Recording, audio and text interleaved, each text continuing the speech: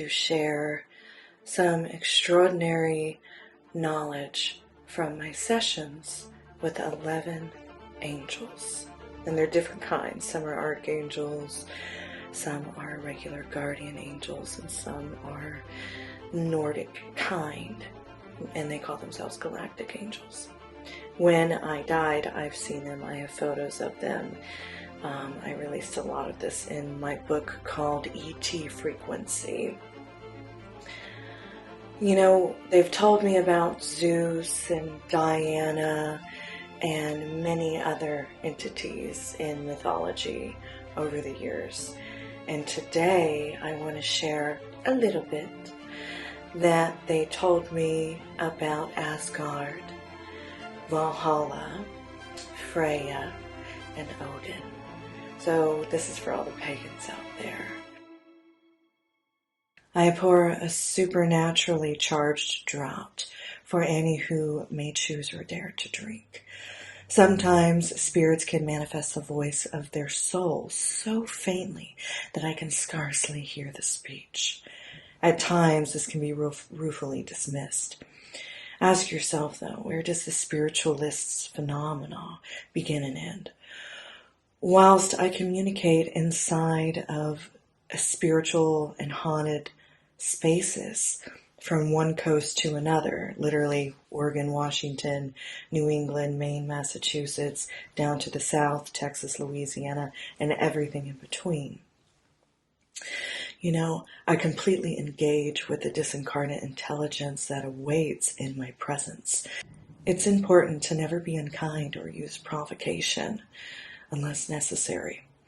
Compassion, love, light, and kindness will be your true, authentic nature, as is mine when I go into these sessions.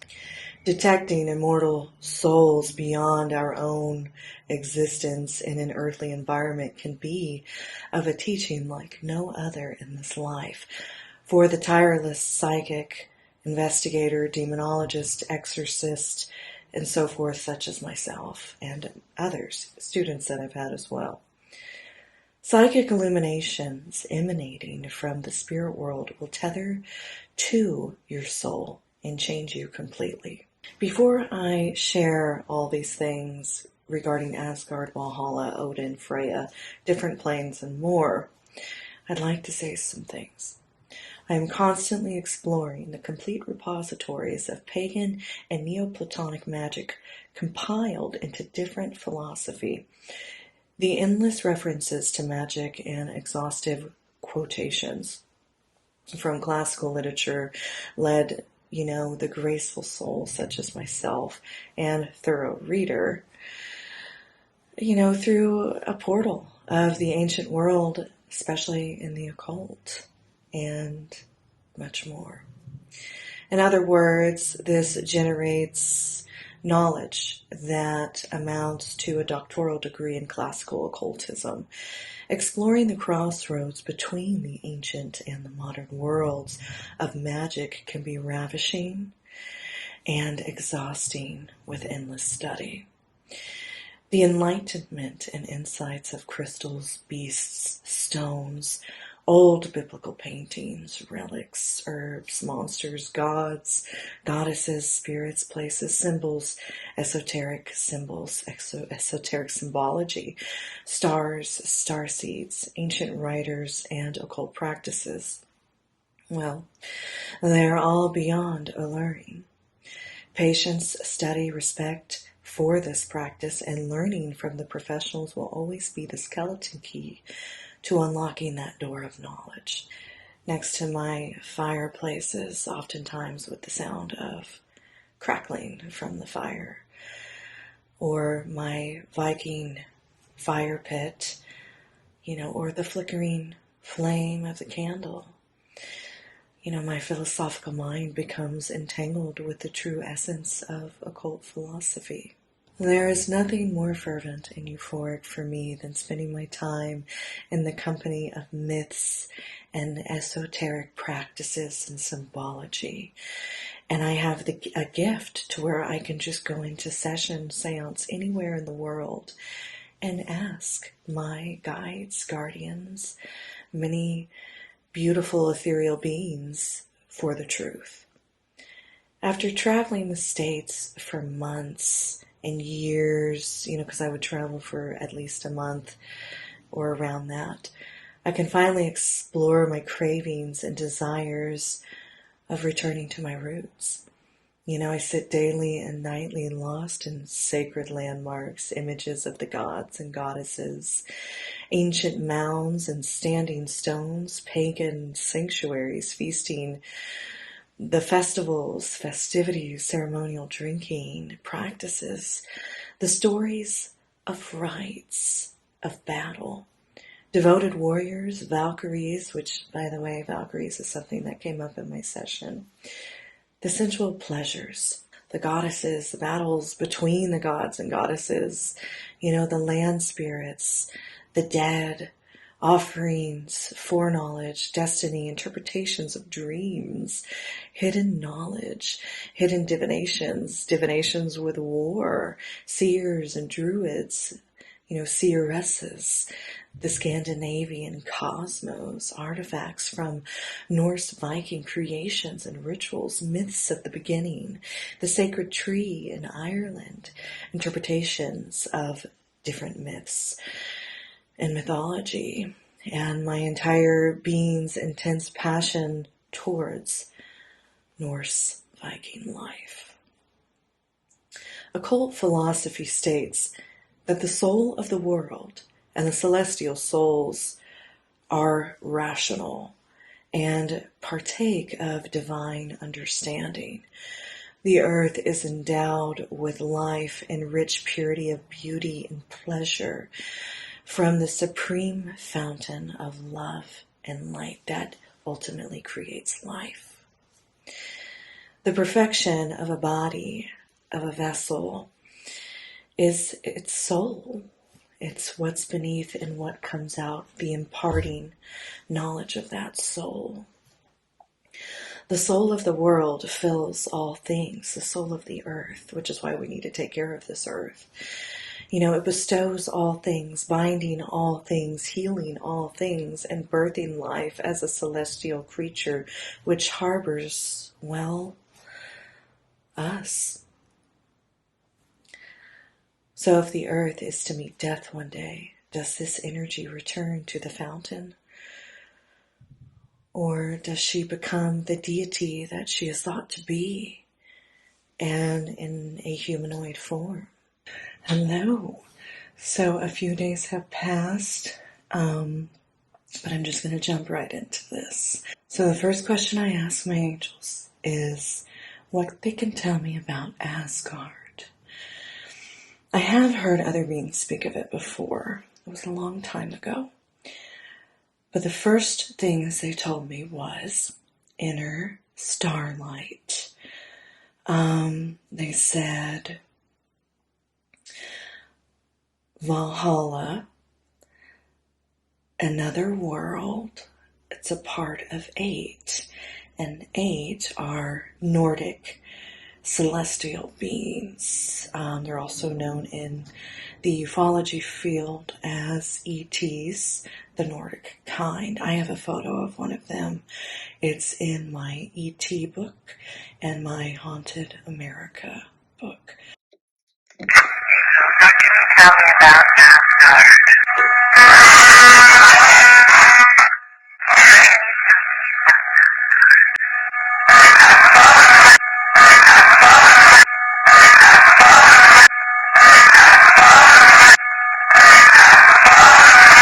Can you tell me about Valhalla?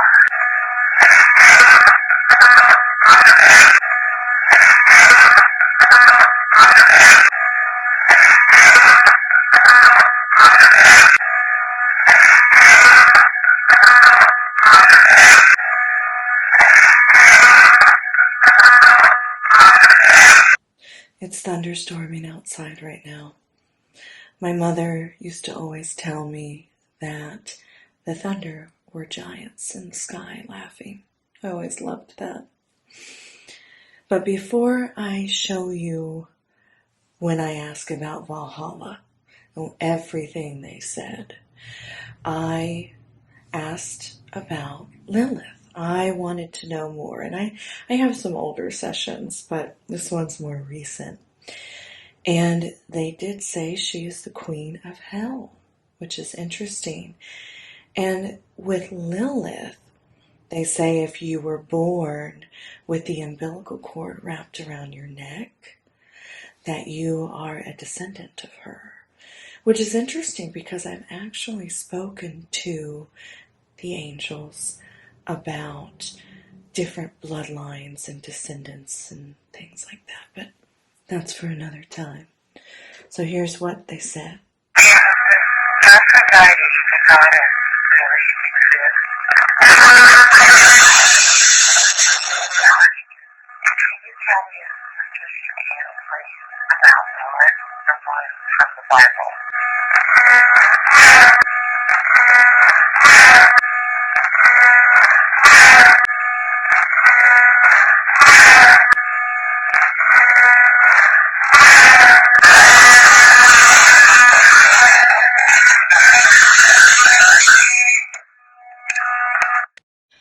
Okay, so next I asked about Valhalla, and they've mentioned it to me many times before on many different devices.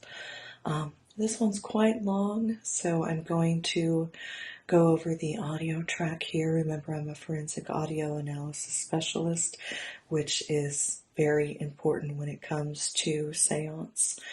And I'm just going to go over it and tell you what they said before you listen to it.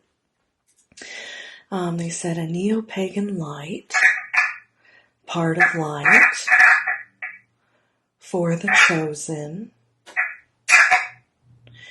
Some I could not decipher, powerful elite, and I know exactly what the powerful elite means and who they are. The prophets, Valhalla is for the prophets. One of my favorite parts, and I wasn't expecting them to say this, is Odin guards the fifth plane, inner tethered. They will ascend with the god. Then they kind of gave me a message saying you have been compliant. Heaven really loves you. Your blood is ancient. All these things, because it's not really easy coming forward and sharing these things. So, but they wanted me to. They also said at the very end of this EVP session that Valhalla is a comforting place. I love that. So after you watch this, you can see what they said about Freya. Okay, thank you. I don't think that one over there got anything.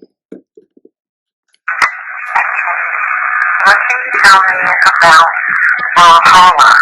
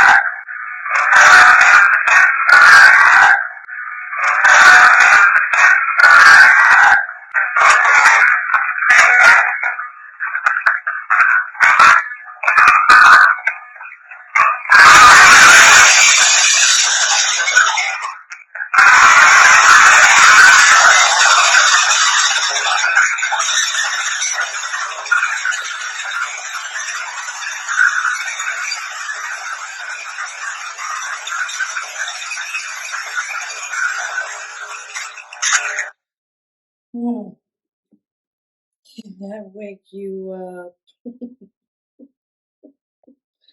It's okay, my love. And did this one get anything? What can you tell me about Valhalla?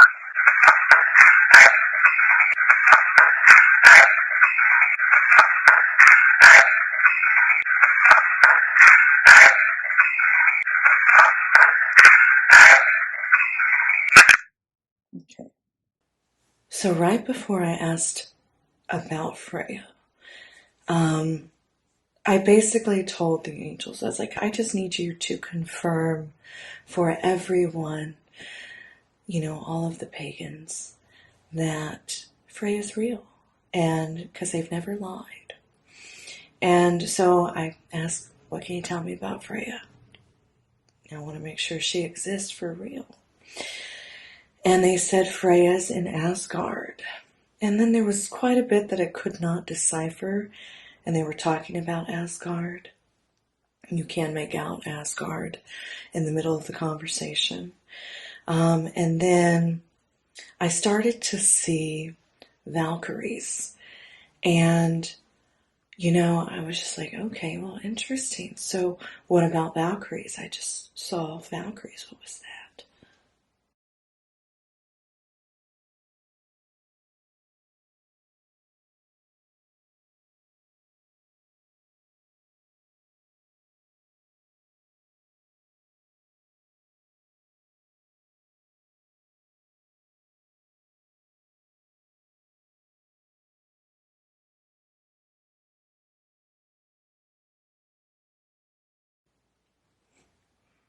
Just saw something right there. Beautiful. Anyway, so I asked what they can tell me about Valkyries, and they said that Valkyries descend. So, yeah, it's pretty amazing. This one shouldn't be that way.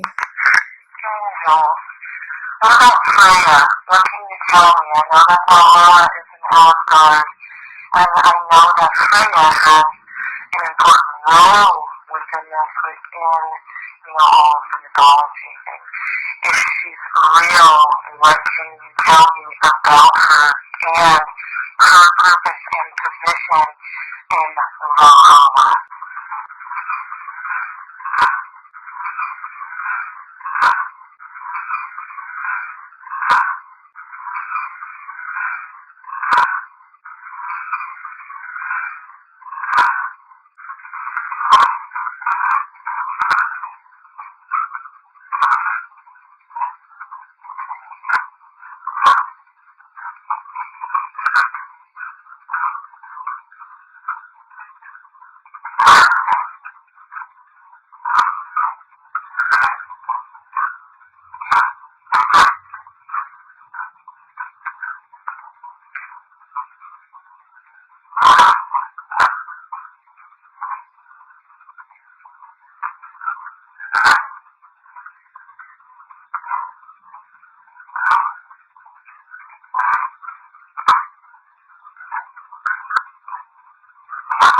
Angels, and I thought I might heard something about Valkyries.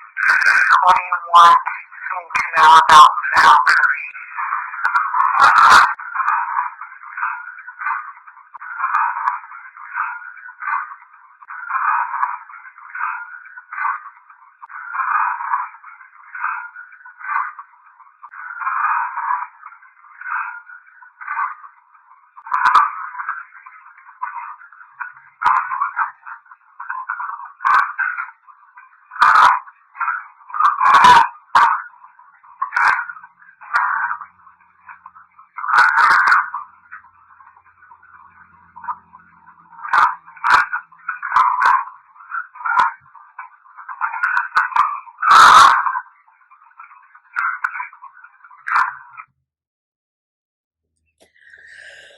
Alrighty, thank you.